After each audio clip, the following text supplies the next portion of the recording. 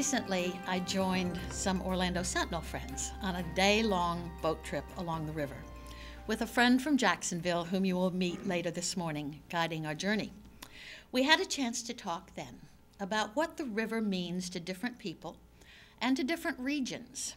To Jacksonville, of course, the St. John's is just as much a part of their history as it is to us here in Central Florida, but it's also an avenue of commerce and the front porch of their thriving downtown. It was that day when we decided we needed to share our memories and our connections to the river with friends from all along its meandering course. The Trust for Public Land joined the St. John's River Alliance in helping us plan this forum for you this morning, and we hope it will be just the beginning of a partnership that will enable us to come together often to talk about ways to reconnect ourselves to this Florida treasure.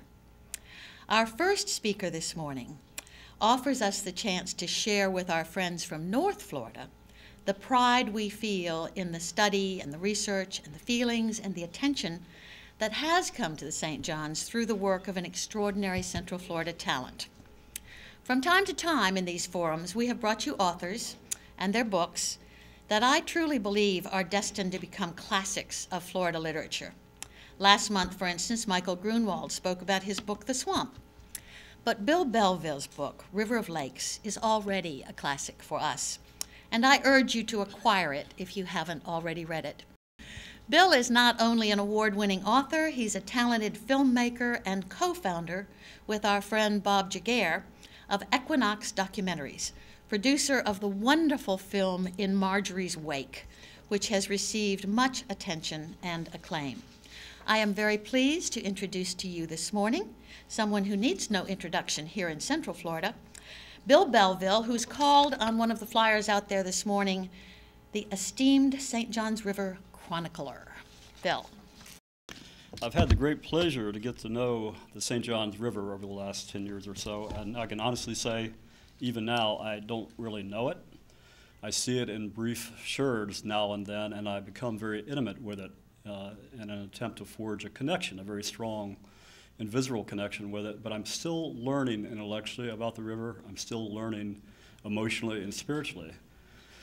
It's tricky business figuring out a river like the St. John's. We're in a place where folks have a lot of different ideas about what rivers should do, and we're altogether different here on the peninsula.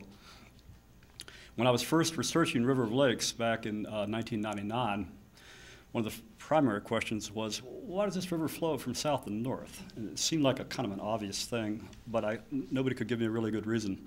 So I called an esteemed geographer at the University of Florida, and I said, can you tell me why the St. John's flows from south to north? She said, sure, yeah. She says, Georgia sucks. So back to square one, learning more about the river all the time.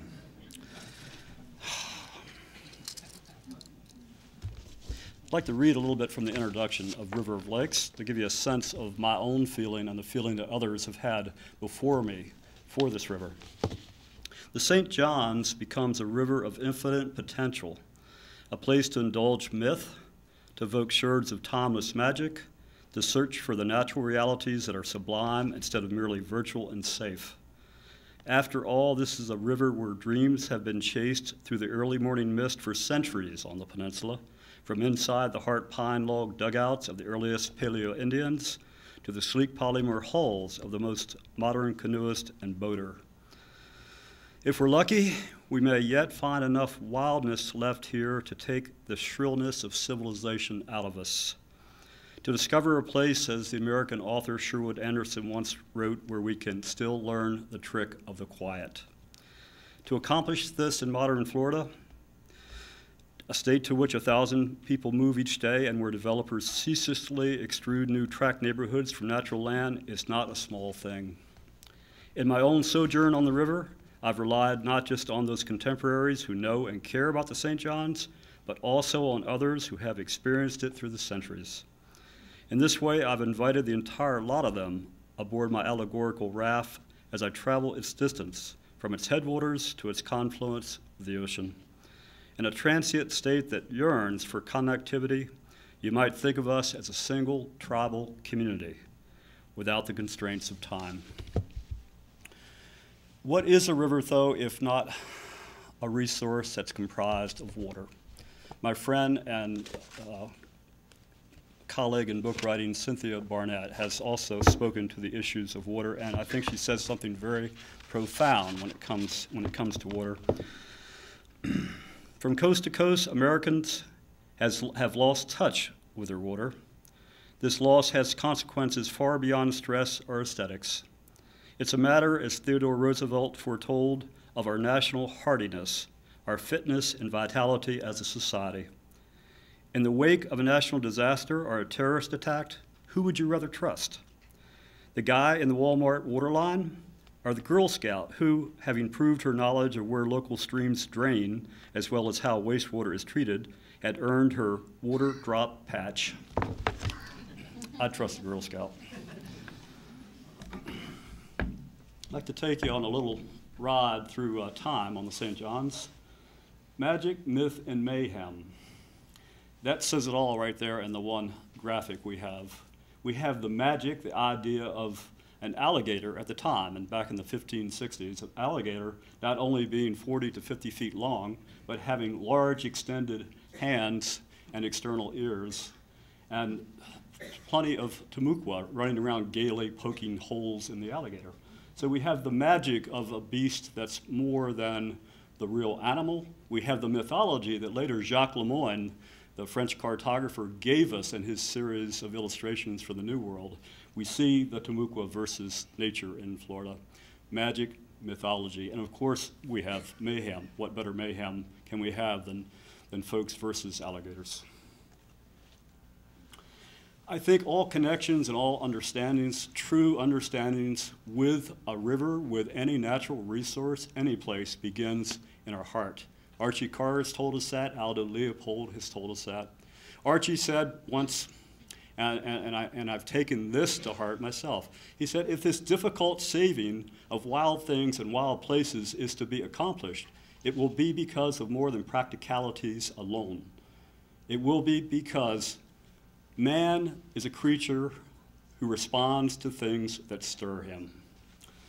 What stirred me as a young boy coming to Florida, 8 years old, going to Silver Springs, looking down through the glass, seeing an other world, seeing the myth, seeing the magic below me.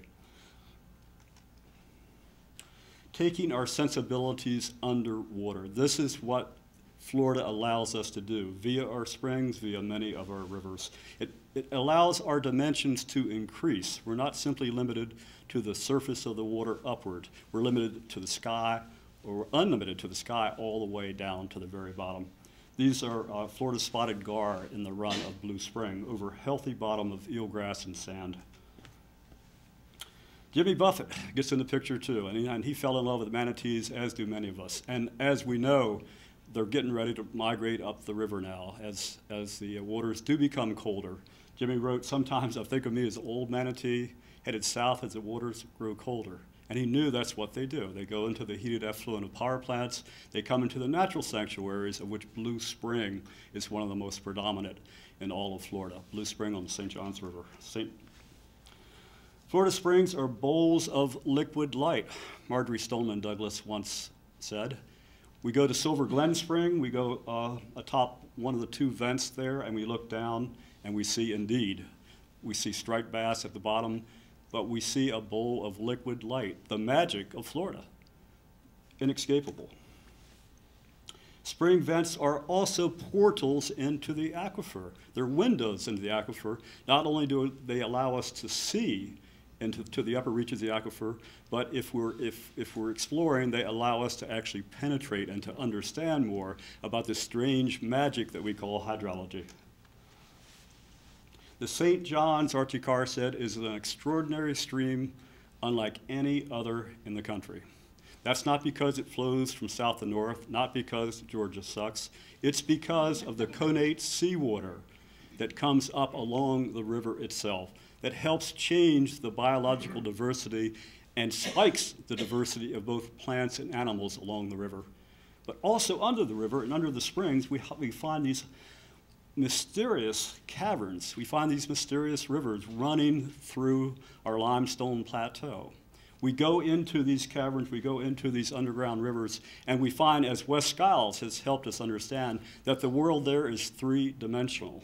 It's not just on one plane, it's up, down, it's every which way. And in a vague way, you see a topography that reflects the surface topography as well. We have narrow creeks, we have wide, deep bays, and we have little sloughs. How do we learn what they're about? Mappers, Wes Skiles, as you guys know, not only is as an avid explorer, cave explorer, and a wonderful cinematographer, but has produced several movies about the magic of Florida and its springs. Here's Eric Hutcherson, who's worked with Wes, and he's trying to map the inside of the Silver Glen cave system for the very first time. And this picture also shows not just Eric taking statistics down on his sketchboard, but it also gives you a really good view of what the topography of the inside of our aquifer looks like. It's compressed sand and coral from millions of years ago. It's what makes Florida special. As most of us know, 9 out of 10 Floridians get our water from our aquifer here, compared to most of those folks back on the mainland, where 90% of those who use potable water do so from serviced reservoirs of treated water. Here's a map that Eric Hutcherson and Wes created. To the right, the very top right, you'll see the 2 vents of Silver Glen Springs. And to the left, you'll see the extent of the exploration itself.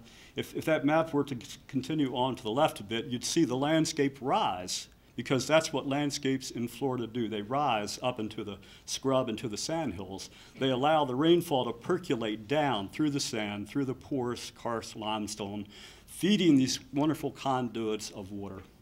But we can only know what we see. We can use ground-penetrating radar, we can guess and we can extrapolate, but until we've been there, until people have shown us these maps, we can't know for sure what's really going on. You see the map ends, you see abruptly at the bottom, 160 feet deep, that's it, that's the end of the water, that's the end of the karst limestone. That's because that's as far as the map maker got. In a way, it's intimations of the early Spanish and English who came to the New World, and at the end of known territory, they would write, "Here be dragons." Our river, the St. John's, the oldest river, the river into the New World, sustained Native Americans for thousands of years. There are more shell middens along the shores of the St. John's and its tributaries than any other river in North America. That told us people were living there. People were sustained not just physically by the food and by the water. They were sustained by something else about the system. It allowed them to settle. It allowed them to become a little bit less nomadic. It allowed them to develop mythology. It allowed them to consider their spirituality.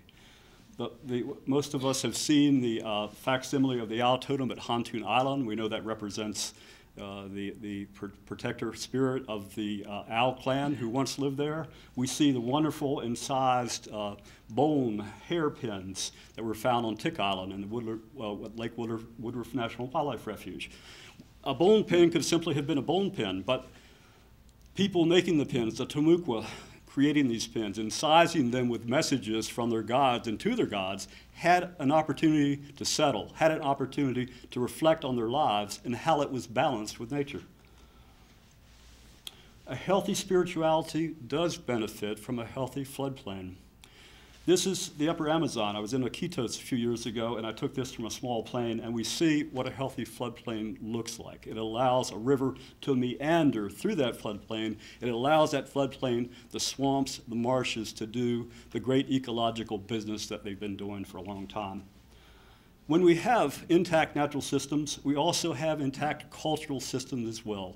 And here, upstream of Iquitos, we see people fishing from a dugout canoe using handmade nets, not unlike the Timucua used 500, 1,000 years ago. So not only does the topography, the intact natural watershed sustain the health of the river, it sustains the culture, the health of the culture as well.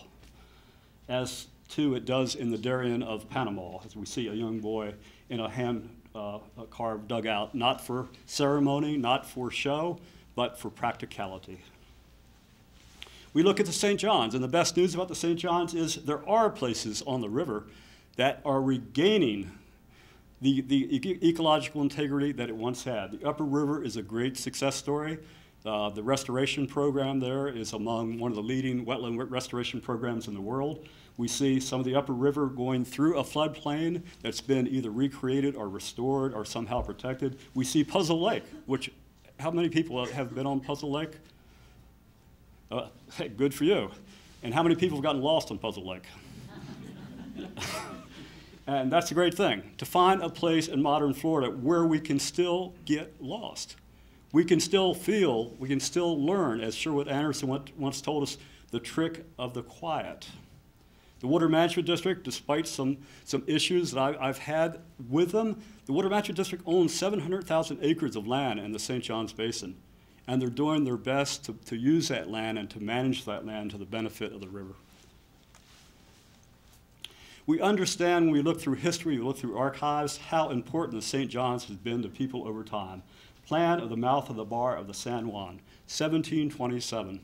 That's to the east. The map is turned upside down. It's written in the correct fashion, but the mouth of the river is to the left, and if you look very closely at the way the river mouth was sounded, you'll see, just like any wild river along the coast of Nicaragua, anywhere else, you'll see any wild river that is unconstructed by jetties, unrestricted by channels, will do what it does. The mouth will change, the shoals will change, the bar will change.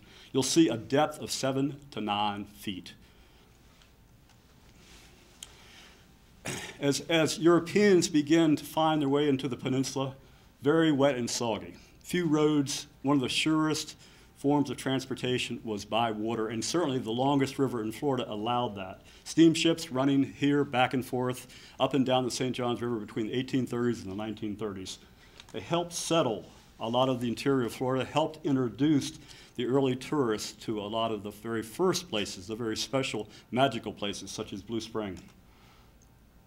They helped define towns such as Sanford, where I live. Here's a 19th century hand-drawn map that shows you the waterfront, shows you the steamships, shows you the connection between the river and the place. Anybody know where this might be? Ponce de Leon couldn't find it. Woodland Park, one of our very first tourist attractions in Florida. And as we know, most of our tourist attractions in Florida, long pre-Disney, long ago, were built around our natural features in the landscape. They were either built around our rivers, such as the St. Johns, they were built around our springs. This is Woodland Park. This was created, this was a bit of a hybrid because we have a spring, although it was an artesian spring, that fills up this gigantic pool that was made from tabby. The tabby of the shell from an ancient Timucua mound that was on that same site. So the walls of the pool were built. The pool was filled up every morning, emptied every evening. Woodland Park was very popular from 1880s to the 1920s until the time when the railroads and then the highways began to take the utility and the importance, the prestige of the river away. Thriving place in the wilderness of Florida. It cost a nickel to get in, 5 cents. Of the people who came to Florida via the St. Johns River, they sent back messages, they sent back books, they sent back art. They helped us understand how important this place was for them. It wasn't just a river system. There was something magical in the St. Johns, in the Ocklawaha, in the Wekiva that touched them. Sidney Lanier, a great poet from Baltimore, like most poets, needed money. He's talked into writing a guidebook to steamboating the St. Johns and the Ocklawaha River.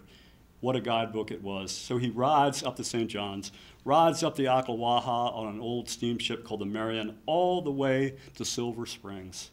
What a ride that must have been. Imagine the iron kettle up there on the bow of the steamship, burning the pine knots at night, flickering back there in the gloom of the woods. And by day, the rush of the spring water coming up the Ocklawaha. Sidney Lanier, in his guidebook, writes of the experience, it was as if God had created from water and trees the recollection of a meditative ramble through the lonely seclusion of his own soul. That's magic. Harriet Beecher Stowe, a little more prosaic, but nonetheless very passionate with her own feelings for the St. Johns River. With her money earned from Uncle Tom's cabin, moves to Mandarin on the St. Johns on the eastern shore below Jacksonville, writes a collection of essays that expressed her love for the river, Palmetto Leaves. John James Audubon came up the river twice. He was an excellent marksman, shot a number of birds, and added to his portfolio on the river. Anybody know this fella? You've probably heard his music, I'm sure, Florida Suite, Frederick Delius. Lived on the St. Johns, Solano Point, tried to be an indigo farmer for a couple of years, a citrus farmer, I'm sorry, for a couple of years. As most poets and musicians do, he was far, far better at his art than he was at the practicalities of his contemporary life. But his experience on the St. Johns, his experience with his servants and employees rowing him up and down the river, the sounds that he heard, the music he heard in the trees, in the cypress around him, helped him to write, helped him to be inspired to create Florida Suite, an orchestration in 4 parts. Still today, it outlives everything else that Delius has done. The artists began to come as well. Winslow Homer comes to Lake Monroe. It was still being called Lake Valdez then. We know it as Lake Monroe. Stayed at the Brock House, where Enterprise now is. And then Herman Herzog and the other artists from the Hudson River School of Landscape Painting began to discover Florida. Florida, they found, didn't have the geological majesty that they knew from the Northeast, but it had something else. It had water. It had water that informed their sensibilities. It had water that changed the light around them. Herzog and others, Martin Johnson Head and William Morris Hunt, they began to send us back art of Florida, art mostly of the St. Johns River of Florida, and art historians now evaluating that art use a word over and over again about these 19th century artists. They call that evanescent, as if preparing to dissolve in the vapor. This is the magic that the artist felt for the St. Johns River. And today, artists like Tom Sadler, a good friend and a wonderful artist, goes out on the Wekiva River and he gives us an image. He gives us a feeling and experience that's also evanescent. Bartram, probably the granddaddy of them all in terms of inspiration. He certainly was for me. Comes to the entire southeast of the United States, but he was most affected by his visits to Florida, both in the 1760s and then again in the 1770s. Lived on the river for 2 years, tried to go indigo. He was profoundly touched by what he called the Grand and Noble San Juan, profoundly moved by the springs that he called cerulean bowls of ether, profoundly affected by the plants and animals around him that he saw as equal to God, as equal to himself, as equal to everything. Nothing had more stead in this Florida that Bartram saw than anything else. The Creeks, who weren't that particularly friendly to whites coming into their territory at the time, saw this fearless explorer with these strange sensibilities collecting wildflowers from the shore, couldn't figure him out. They called him Pug Puggy, flower hunter. Here's one of his sandhill cranes. So you can see, even with the sandhill crane, we have a flower in the corner, and we have an animal that's more than a specimen. We have an animal that has verve. We have an animal that manifests the very best of what Bartram saw around him here on the St. Johns River. And of course, who could resist going a bit overboard? Who could resist drawing alligators with smoke blowing out of their nostrils? A pretty neat trick for a warm-blooded, a cold-blooded reptile. Nonetheless, though, it was difficult to resist taking it the extra step. It was difficult to resist indulging in mythologies. How many people knew alligators from where they live? Whatever you saw carried a lot of weight with it. Today, the wonderful thing for me and other people who appreciate the experience of natural Florida is we can read Bartram, we can look at his pictures of the passion flower on the right, we can go out into Florida, into so much of the public land that we've protected. You know, we've protected more public land in Florida than almost any other state. 26% at least, and perhaps more, compared to the average of 16% of most states. We've done well with protecting public land. We have a big chunk of natural land where you can get lost. On the Wekiva River, we have 110 square miles of land. You can certainly go out and literally lose your way, but you can also find your way, if you will, back into the aesthetic of another time. We can still find the passion flowers. We can still find the sandhill cranes. We can still find the alligators, although not with smoke coming out of their nostrils. We look closely at the art that's been created about Florida. We, in producing In Marjorie's Wake, Rediscovering Rollins, A River in Time, my co-producer, Bob Jaguar, and I went to the Smathers Library, University of Florida, found a wonderful map squirreled away in the archives that Marjorie Kinnan Rollins had left to the university.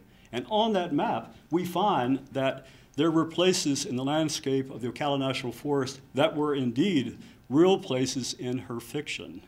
We find that Pat's Island became Baxter's Island.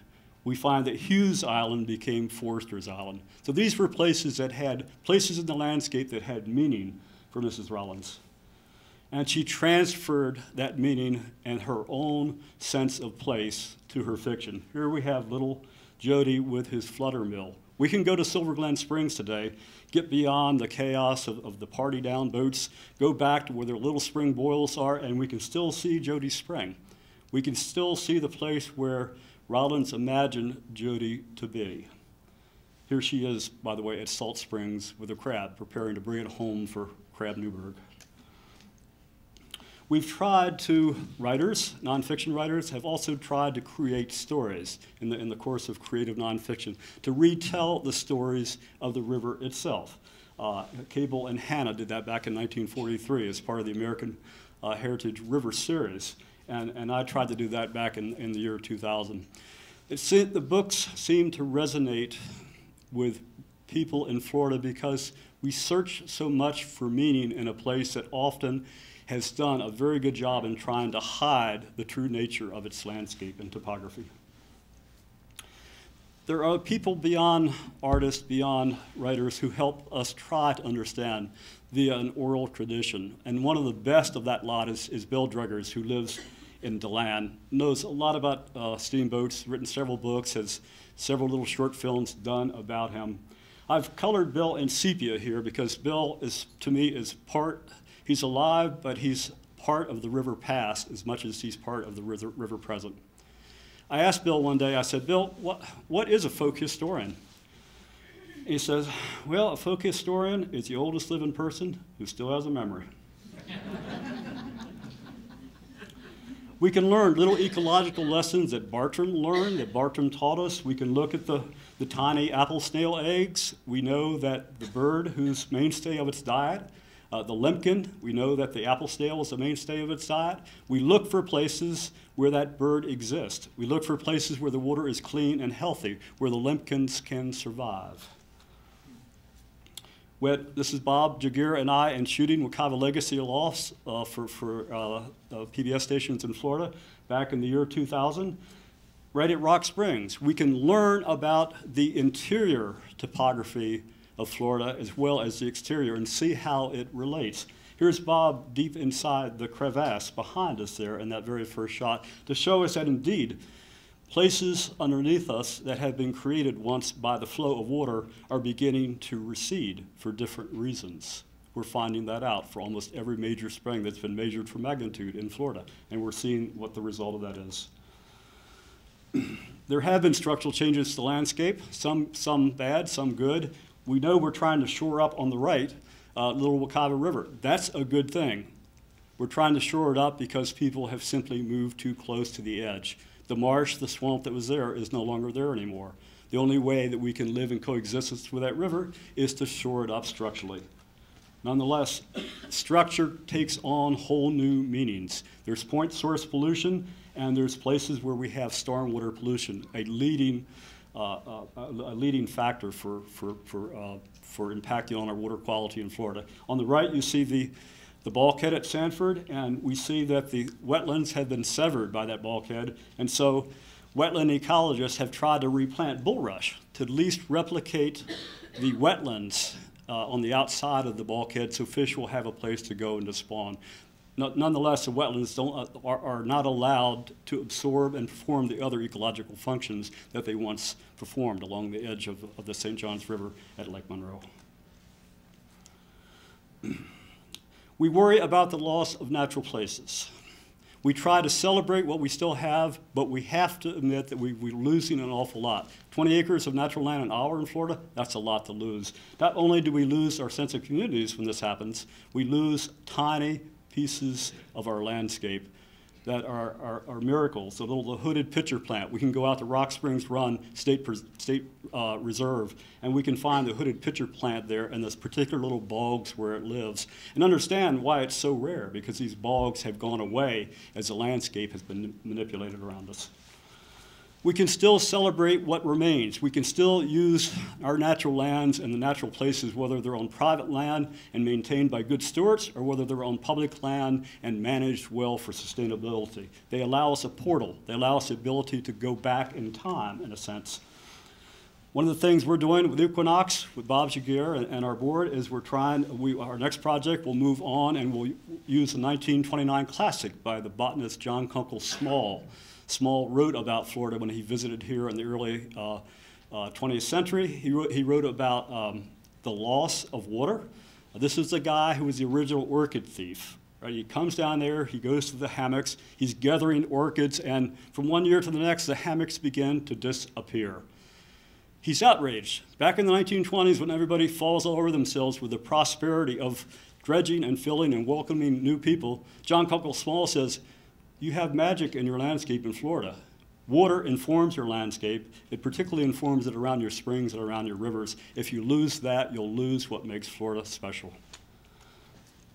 We're trying to celebrate the people that have connections and want to continue to forge connections with the river. One of the projects I'm working on is a film about a solo paddle Michelle Thatcher did down the St. Johns River, 500 miles by herself from the very beginning of the river down in Fort Drum Creek. Found natural places and wild places, the kind of which that Archie Carr tells us about, the kind of which William Bartram told us about. They're still there. Marjorie's Wake, I mentioned earlier, we had a PBS release in Florida. In January, we'll have a standard format and a high definition release nationally. We're very proud of that. The film now becomes a DVD product. There's a book I wrote about the making of the film and about how Rollins and others have been inspired by the majesty of our own biological landscape. And there's even a music CD that goes with the film itself. We're hoping the educators and other people who want to know and feel about Florida will understand it's more than just there's more to be described here than just in one medium. There's more to be described here than just print. It's music, it's art, it's all of these feelings. And then, when you've had enough of that, then maybe you'll want to go out and nurture those feelings, allow those feelings to come up and touch yourself. In Marjorie's Wake, here we see the St. Johns River near Lake Helen Blazes, near the navigational headwaters. And what Mrs. Rawlings learned about traversing the St. Johns River from Puzzle Lake back to the Ocklawaha and up to Cross Creek, what she learned that she reported in Cross Creek, she learned to trust the wisdom of place. She learned to get outside of her head and to allow herself to listen to the clues in the Florida landscape.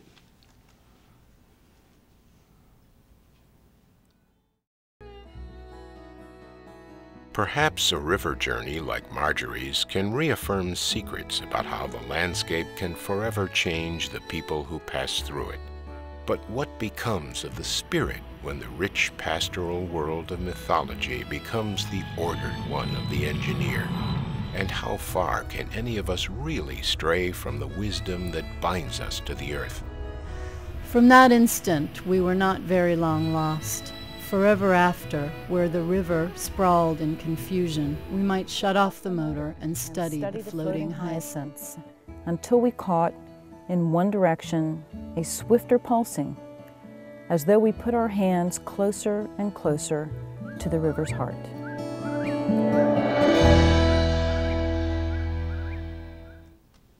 Thank you.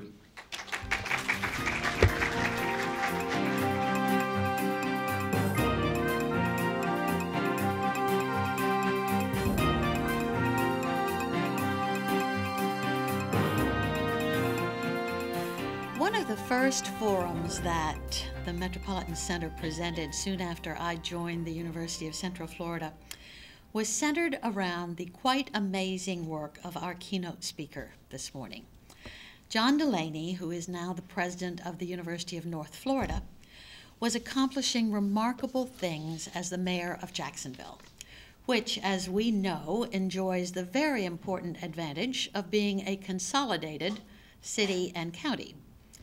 In his 2 terms as Jacksonville's mayor, he spearheaded 2 major initiatives, along with a lot of other good things. But the Better Jacksonville plan was a $2.2 billion improvement plan for the city's infrastructure, and the subject of his presentation for us some years back, the Preservation Project, a huge land conservation program that gave Jacksonville the distinction of having the largest urban park system in the country. President Delaney now serves as chairman of the St. Johns River Alliance, and I am so pleased that he has joined us, returned to Central Florida this morning to talk to us about the St. Johns River. You know, when I was seeing some of the pictures of the documentary, some snapshots from one of the documentaries about the where the filmmaker went through the aquifer, really scuba dive through the aquifer. It's an incredible picture. It's an incredible documentary, and it reminded me that there's 3 things in my life that I never did. I've never jumped out of an airplane with a parachute, I never went cave diving, and I never smoked marijuana because I was afraid I'd like it. And I think if you see some of those springs, they're so enticing to want to go back into the caves, and it's just not something that I would dare do. America has long had environmentalists, but the laws were very limited until the creation of the EPA, the Environmental Protection Agency, under President Nixon in the early 1970s. In fact, the years of 1972 and 1974, more environmental laws were created than in the entire history of the country, both before and since, with a little footnote for the year 1990 that supplemented some regulations. And the reasons for that are, I think, long lost on many of us today because we don't appreciate how far the environmental movement has come in the last 4 decades. Essentially, America's air and our waterways were open sewers. Liquid industrial waste was just dumped directly, untreated, into the rivers across the country. Famously, in Cleveland, the Cuyahoga River caught fire, which must have been a pretty interesting sight. Jacksonville and the St. Johns River were much the same. Whatever left a house through the sanitary sewer, whether it came from a dishwasher, sink, or a toilet or a shower, ended up directly into the river. And it was not uncommon to see dish suds, soap suds, condoms, tampons, waste floating in the river as it went through the downtown of Jacksonville. Jacksonville, ultimately, largely as a result of the environmental laws that were created in the early 1970s, went on to use an awful lot of federal money, but to cap all of the discharges into the river, the sanitary sewer discharges into the river. And to celebrate that feat, in a locally famous picture, the mayor, the then mayor, Mayor Hans Tansler, water skied on the river. And we still tell him 30, 40 years later, we're not sure we would have done that. It was a kind of a brave gesture on his part. And although Jacksonville is a politically conservative city, it has evolved into one that is aggressively environmentally friendly. And give you a few examples. For example, in the air, Jacksonville was long known as the armpit of the South, and I can remember driving near Jacksonville as a kid. I grew up in the Midwest, and that was the thing that just struck you, was the incredible odors in the air. We moved in the Arlington area, just south of the river, in the early 1970s, and 6 days out of 7, you could barely function outside.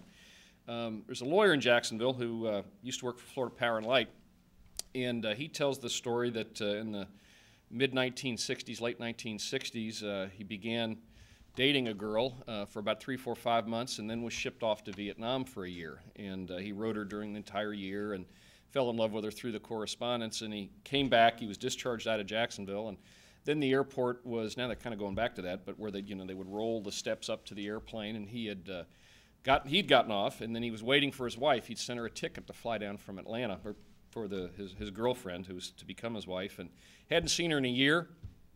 She was the last person off the plane. He's standing. Then you could go out and meet everybody as they came off the plane. And he dropped to a knee and he picked up a ring in California on his way back to Jacksonville. And he said, "Honey," he said, "I haven't seen you in a year, but every day in Vietnam, every single day I thought about you. Your letters are what sustain me, and I want to ask you to marry me." And she said, "What is that smell?" The first words out of her mouth. Well, it took until the late 1980s for Jacksonville to finally tackle the odors, and we also then became particularly cognizant. It's really not that funny a story, is it? But we became cognizant of the value of that river. We looked at it differently from when, in the 60s and 70s, it essentially was a sewer, into something of much greater value. And as you've heard today, and I think Bill just does a wonderful job of really telling you about the poetry of the river obviously roughly parallels the east coast of Florida north. Then it hits Jacksonville and it does a little jig jog and then makes a right turn and goes due east out into the ocean. And about 10 years ago, I was fishing with a close friend, and we had a guide, and you went up to that bend. It's about 5 miles west of where the river empties into the ocean. And there's what's known as Sisters Creek that flows north up towards Nassau County. And again, I grew up in the Midwest, and what we call creeks here are rivers up north, and what they call creeks we would call ditches. And so Sisters Creek is really a bit of a misnomer because the watersheds along this river are immense, just wide. And we began floating north up the river. Dolphin would pop up every now and then on the side of the boat. And I just saw some unbelievable scenery. It was spectacular scenery. I stopped fishing, just sat in the boat, and the guide kind of trolled up north, and we passed oak hammock islands and these big oyster shell berms, and fish were jumping, dolphin were jumping, there was birds flying around. It was just amazing, and we just went on for an hour just drifting into these things, changed every 100 yards or so, but just a spectacular, spectacular day. And I realized a few things there. That was roughly 5 miles from my home, directly south across the river, roughly 5 miles as the crow would fly from my home. Number two, right as you turned to go north, drifted into the Sisters Creek area, you could see the downtown skyline, probably about 10 miles or so away, maybe 15. Third, I'd never been there.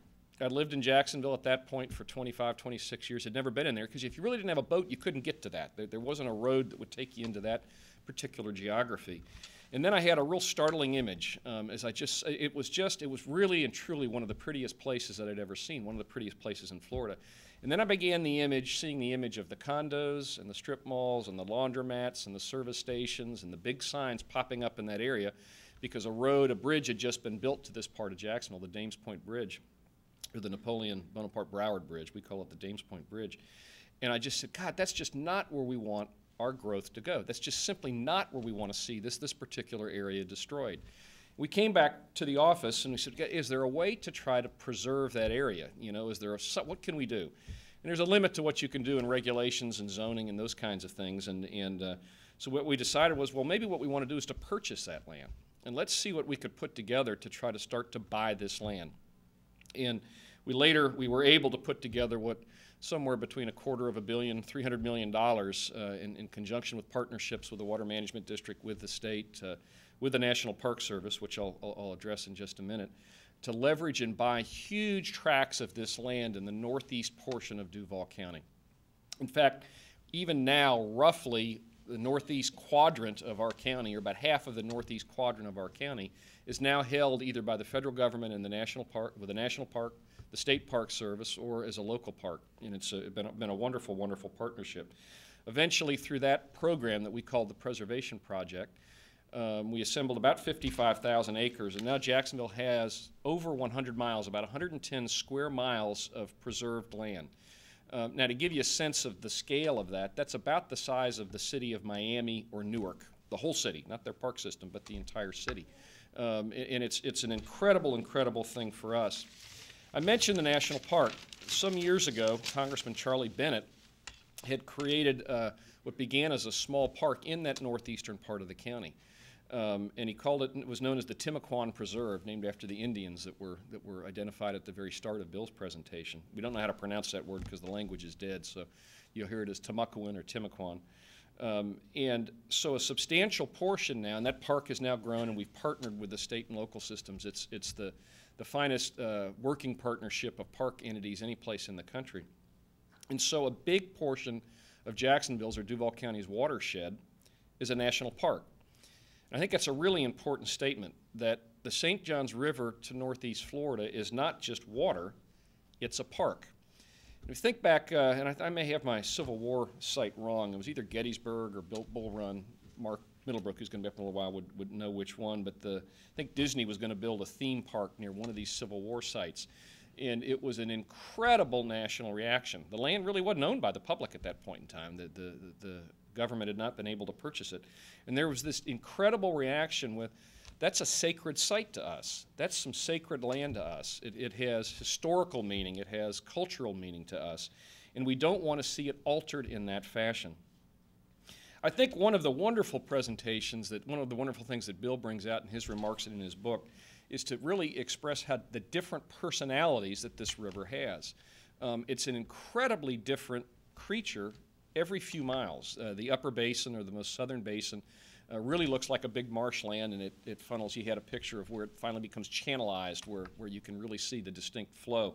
The middle basin, it drifts off into lakes. It splits into all kinds of different things. The river really could be 4, 5, 6, 10 different rivers in parts.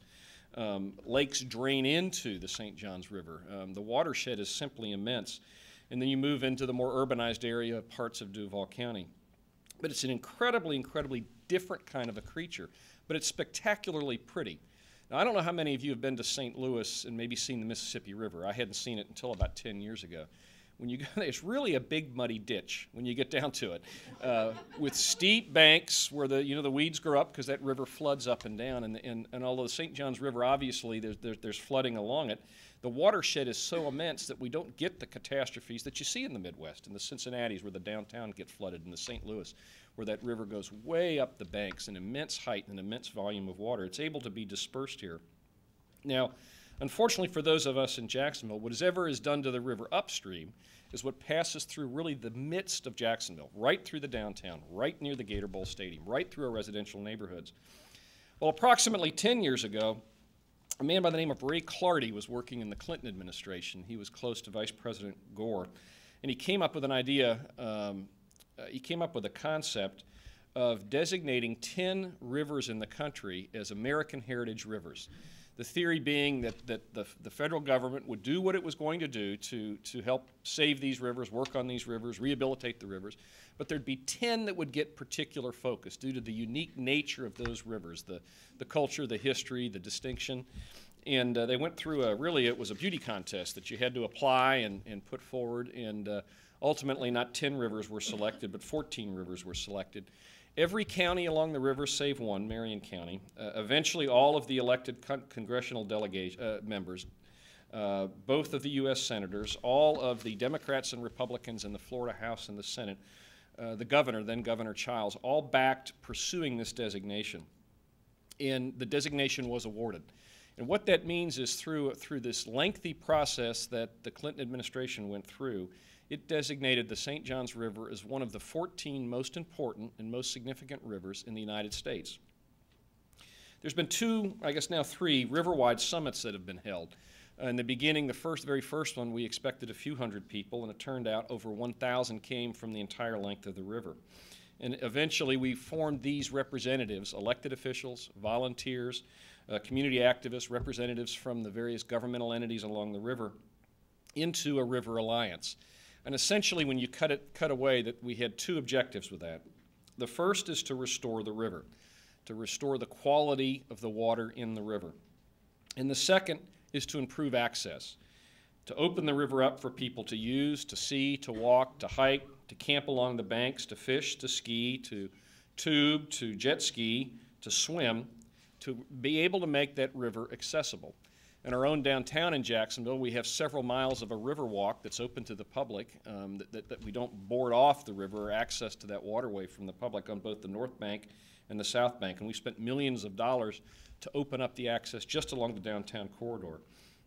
And I think what is significant about today and what Linda and the center has done is that it encourages the creations of partnerships.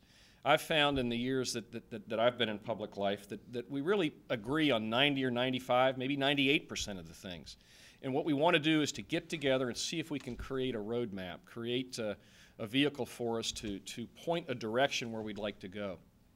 Long ago, and Linda mentioned what we call the Better Jacksonville Plan, which was turned into a $2.25 billion, really it was a growth management plan to invest in infrastructure, invest in the environment, and to try to create, redevelop our downtown core in a few areas to kind of restrict growth to some nodes. And we began doing that by what we called the Utopia exercise. And the Utopia exercise has a couple of rules that are pretty fun to start with. You said, let's sit down and deal with a problem. Let's sit down, close the doors, and there's these 4 rules. Number 1, let's assume that we've got all the money that we need. That's kind of a fun one. My oldest daughter kind of budgets that way, but let's just assume that. And then you'll see that very often you can get pretty far along on that, as we discovered with that plan. Secondly, that you can change any rule or law. There's a rule against that, or there's a law. Well, let's just set that aside. Maybe we can change those to make it more accessible. Third, there will be no opposition to the idea. Nobody's going to oppose it. And the fourth is, frankly, my favorite one. I don't know if I should say it publicly. There's no media, no newspaper, no TV. As a public official, it really is sort of fun when you think that way. But the theory is to kind of open it up and say, okay, what would we like to get to? And let's see how close we could get there. Let's pretend that we can get the money to do it. And that essentially goes back to the mission that we've decided with the Alliance is, what would it take to restore the river to the quality of 100 or 200 years ago, or perhaps go back to before the Europeans came and settled here? And what would we want to do to open it up and make it accessible and make it really develop it as a resource for the citizens of the state and the tourists that come to visit us? I think that the kinds of things that the center encourages is that kind of a thinking. How do we solve our region's problems? How do we solve our state's problems? And how can we get everybody to work together towards that end? Thank you very much, and congratulations. Thank you.